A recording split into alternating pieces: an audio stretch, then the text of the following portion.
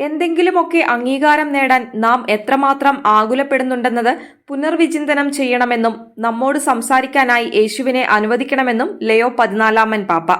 അനാവശ്യമായി നാം എങ്ങനെ മറ്റുള്ളവരുമായി നമ്മെ താരതമ്യം ചെയ്യുന്നു എന്നതും വിലയിരുത്തണം.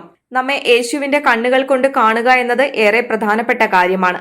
വത്തിക്കാൻ ചത്വരത്തിൽ തടിച്ചുകൂടിയ 10,000-ങ്ങൾക്ക് സന്ദേശം നൽകുകയായിരുന്നു പാപ്പ.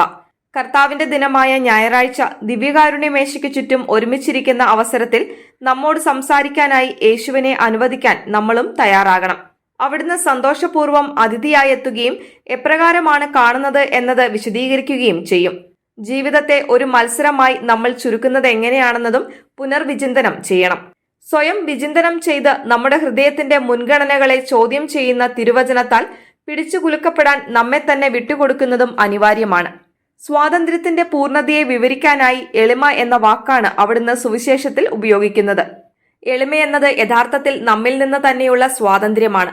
ദൈവരാജ്യവും അവിടുത്തെ നീതിയും യഥാർത്ഥത്തിൽ നമുക്ക് പ്രധാനപ്പെട്ടതായി മാറുകയും ദൂരേക്ക് നോക്കാൻ നമുക്ക് സാധിക്കുകയും ചെയ്യുമ്പോഴാണ് അത് ഉണ്ടാകുന്നത്.